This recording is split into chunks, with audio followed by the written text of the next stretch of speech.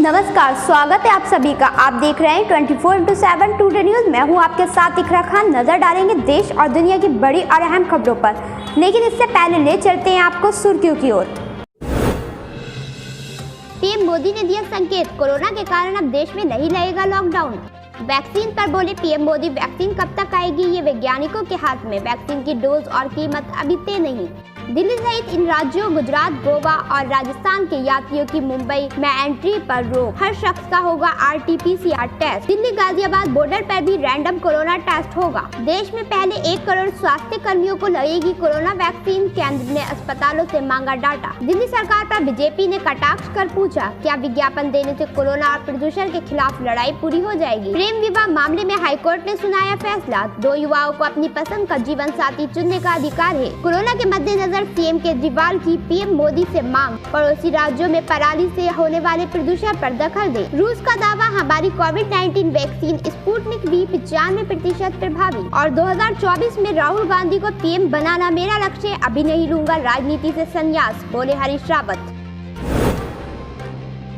Corona की कौन सी vaccine की कीमत कितनी होगी, वैक्सीन मार्केट में कब आएगी, ये सारे सवाल लोगों के जहन में है। ऐसे में रूस की स्पुतनिक 5 वैक्सीन को लेकर बड़ी जानकारी सामने आई है। $10 से कम में मिलेगी रूस की स्पुतनिक V वैक्सीन और जनवरी में शुरू होगी इसकी डिलीवरी।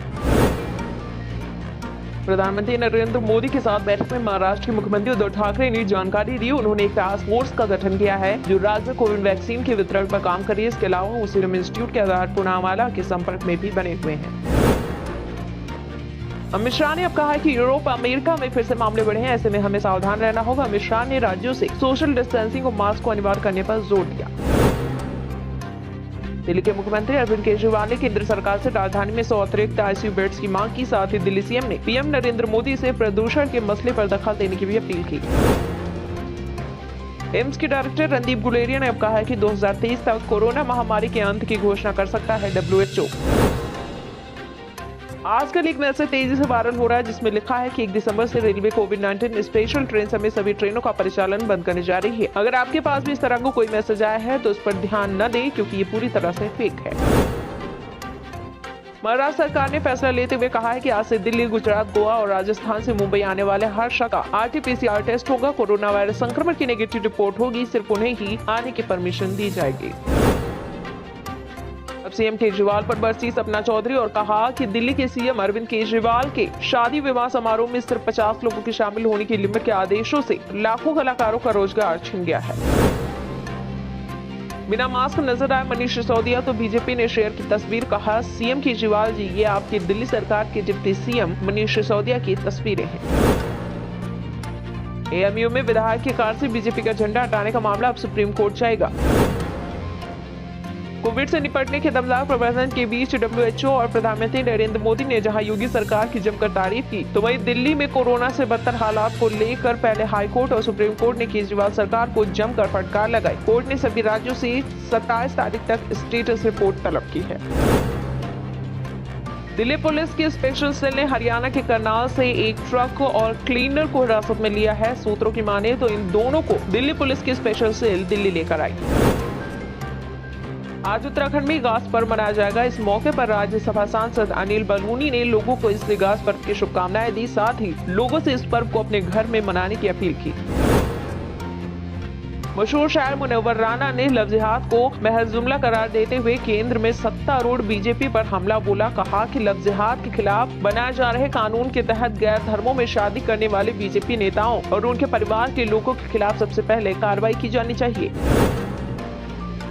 AIMIM की पश्चिम बंगाल इकाई के नेता अनवर पाशा अपने साथियों के साथ तृणमूल कांग्रेस में शामिल हो गए। उन्होंने दावा किया कि सत्तारूढ़ की उनकी मूल पार्टी वोटरों का ध्रुवीकरण कर बस बीजेपी को मदद पहुंचाने का काम कर रही है।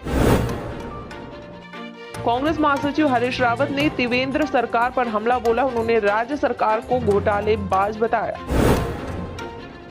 राष्ट्रीय स्वयंसेवक संघ की मंशा के मुताबिक बनेगा अयोध्या में राम मंदिर, तो वहीं 26 नवंबर को होगी मंदिर ट्रस्ट की आपात बैठक।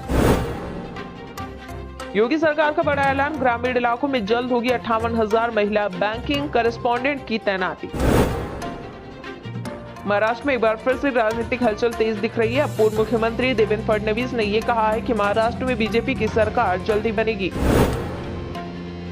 भारत ने 25 पाकिस्तानी कैदियों को रिहा कर दिया है, तो वहीं अटारी वाघा बॉर्डर के रास्ते उन्हें वापस भेजा। बिहार में विधानसभा स्पीकर के लिए विपक्ष ने उतारा अपना उम्मीदवार, आरजेडी के अवध बिहारी चौधरी होंगे प्रत्याशी।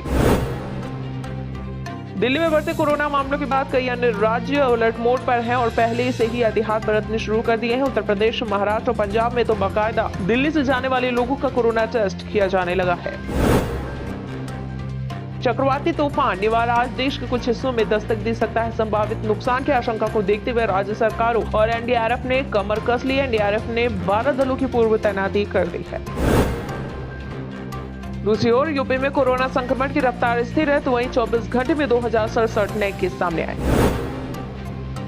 भ्रष्टाचार के खिलाफ जीरो टॉलरेंस की नीति का पालन करते हुए मुख्यमंत्री योगी आदित्यनाथ ने मेरठ के भूपेंद्र सिंह को उप जिलाधिकारी पद से तहसीलदार के पद पर डिमोट करने का आदेश दे दिया है। बिहार में भी ठंड की जोरदार दस्तक हो गई है। नवंबर महीने में ही टूट गया 12 साल का पुराना रिकॉर्ड। हिमाचल में बढ़ते कोरोना के मामले को देखते हुए 4 जिलों में नाइट कर्फ्यू लगाने का निर्णय लिया गया। कुल्लू, मंडी, शिमला और कांगड़ा जिला में रात 8 बजे से सुबह 6 बजे तक कर्फ्यू रहेगा। हिमाचल मुख्यमंत्री जयराम ठाकुर की अध्यक्षता में हुई राज्य मंत्रिमंडल की बैठक में निर्णय किया गया है कि कोविड-19 की स्थिति को देखते हुए विद्यार्थियों के लिए सभी सरकारी विद्यालय और महाविद्यालय 31 दिसंबर तक बंद रहेंगे। उत्तर कोरिया के तानाशाह किम जोंग उन के भतीजे किम हान सोल के गायब होने की खबर सामने आई है। वही रिपोर्ट्स में दावा किया जा रहा है कि अमेरिकी खुफिया जांच एजेंसी CIA ने उसे सुरक्षात्मक हिरासत में लिया है। उत्तराखंड की राज्यपाल बेबी रानी मौर्य के कोरोना वायरस से संक्रमित होने की पुष्टि के बाद उन्हें ऋषिकेश एम्स में भर्ती कराया गया है। भाजपा अध्यक्ष जगत प्रकाश नड्डा देश भर के अपने दौरे की शुरुआत 5 दिसंबर को उत्तराखंड से करेंगे। ग्रेटर नोएडा स्थित जिम्स अस्पताल ने अब ये दावा किया है कि उनके यहाँ प्लाज्मा थेरेपी की सफलता का दर उत्तर प्रदेश में सबसे अच्छा है। सुप्रीम कोर्ट ने 2019 के लोकसभा चुनाव में वाराणसी संसदीय सीट पर प्रधानमंत्री नरेंद्र मोदी के खिलाफ सीमा सुरक्षा बल के बर्खास्त जवान तेज बहादुर का नामांकन रद्द होने के मामले में दायर अपील पर अपना फैसला सुना दिया। मध्य प्रदेश सरकार महिलाओं को सशक्त बनाने की दिशा में स्व सहायता समूहों को 150 करोड़ रुपए का कर्ज सिंगल क्लिक के जरिए ट्रांसफर किया गया। वहीं स्व सहायता समूह के उत्पादों को मॉल में अब बेचा जाएगा। कोविड-19 रोगियों और अन्य कमजोर निवासियों की देखभाल करने वाले स्वास्थ्य कार्यकर्ता उन लोगों में शामिल होंगे जिन्हें सबसे पहले वैक्सीन दी जाएगी। ये घोषणा अमेरिका के टेक्सास के गवर्नर ग्रेग अबॉट ने कर दी है। दवा बनाने वाली कंपनी एस्ट्राजेनेका ने घोषणा की है कि यूनाइटेड किंगडम और ब्राजील में हुए कोविड-19 वैक्सीन के परीक्षणों से ये पता चलता है कि उनकी बनाई वैक्सीन कोरोना वायरस से संक्रमित मरीजों के लिए काफी असरदार है। टीआरपी पर केंद्रीय मंत्री प्रकाश जावड़ेकर का बड़ा बयान सामने आया। टीआरपी केंद्रित पत्रकारिता अच्छी नहीं है। 50,000 घरों में स्थापित मीटर से 22 करोड़ लोगों की राय को नहीं माप सकते। वैज्ञानिकों ने चेतावनी दी है कि अगर ध्रुव पर जमी बर्फ ग्लोबल वार्मिंग और क्लाइमेट चेंज की वजह से पिघल गई तो धरती पर कोरोना वायरस से बड़ा खतरा सामने आएगा। न जाने कितने प्रकार के माइक्रोब्स, बैक्टीरिया और वायरस उस बर्फ के नीचे दबे हैं जो उसके पिघलने के बाद बाहर आएंगे और जाहिर सी बात है कि इंसानों पर हमला जरूर करेंगे। बिहार के जहानाबाद में एक ऐसा युवक है जो नीतीश कुमार के सीएम बनने के बाद हर बार अपनी एक उंगली काट कर भगवान को चढ़ा देता है। वो ऐसा इसलिए करता है क्योंकि नीतीश कुमार उनके पसंदीदा नेता हैं। उत्तर प्रदेश के कानपुर शहर में देश की आर्म्ड फोर्सेस के लिए नाइट विजन उपकरणों की मैन्युफैक्चरिंग की जाएगी। इसके लिए कानपुर के MKU और फ्रांस के थेस ग्रुप के बीच करार हुआ। प्रयागराज में चल रही RSS की 2 दिनों की बैठक खत्म हो गई। बैठक के दौरान फैसला किया गया कि संघ लॉकडाउन में बेहतरीन काम करने वाले कोरोना वॉरियर्स का सम्मान करेगा। पिछले 24 घंटे में राजधानी दिल्ली में 121 मरीजों ने दम तोड़ा, जबकि इसी दौरान 4,454 नए मरीज दर्ज किए गए। वहीं 24 घंटे में कोरोना को मात देने वाले लोगों की तादाद 7,000 से ज्यादा है। कश्मीर घाटी के ऊपरी इलाकों सहित मेधावी इलाकों में इस मौसम की पहली बर्फबारी हो गई। गुलमर्ग, पहलगाम जैसे हिल स्टेशनों पर बर्फबारी से पर्यटन के रिवाइवल की उम्मीदें बढ़ गई हैं। वहीं बड़ी संख्या में पर्यटकों ने भी आना शुरू कर दिया है। भाजपा के वरिष्ठ नेता और केंद्रीय मंत्री राव साहब दानवे ने दावा किया है कि पार्टी महाराष्ट्र में अगले 2 से 3 महीनों में सरकार बना लेगी और इसके लिए उसने तैयारियां कर ली है। हैदराबाद की फिजा में ओवैसी ने उन बयानों का जवाब दिया जहां बीजेपी ने रोहिंग्या की मौजूदगी से लेकर जिन्ना तक का सवाल खड़ा किया था। ओवैसी ने पूछा कि रोहिंग्या हैं तो करो कार्रवाई।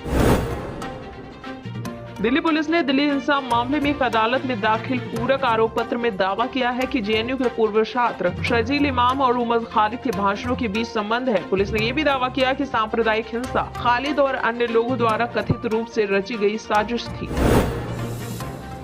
असम के पूर्व मुख्यमंत्री तरुण गोगोई का अंतिम संस्कार 26 नवंबर को किया जाएगा, तो वहीं असम में 3 दिन का राजकीय शोक। अमेरिकी राष्ट्रपति डोनाल्ड ट्रंप ने आखिरकार राष्ट्रपति पद और व्हाइट हाउस छोड़ने के संकेत दे ही दिए। जो बाइडेन ने बराक ओबामा के समय के राजनयिक एंटनी ब्लिंकन को विदेश मंत्री नियुक्त किया है। दूसरी ओर टीवी की दुनिया को बड़ा झटका लगा है ससुराल सिमर का। मशहूर एक्टर आशीष रॉय का निधन हो गया। आपको बता दें 55 साल के आशीष रॉय की दोनों किडनी फेल हो गई थी। तो ये तो थी देश और दुनिया भर की बड़ी खबरें। ऐसे ही ताज़ा और अहम खबरों के लिए तुरंत सब्सक्राइब करें हमारा चैनल 24x7 टुडे न्यूज़। अगर आपको ये खबर पसंद आए तो हमें कमेंट बॉक्स में अपना कमेंट जरूर करें। लाइक और शेयर करना ना भूलें। इसी के साथ दीजिए इजाज़त। नमस्कार।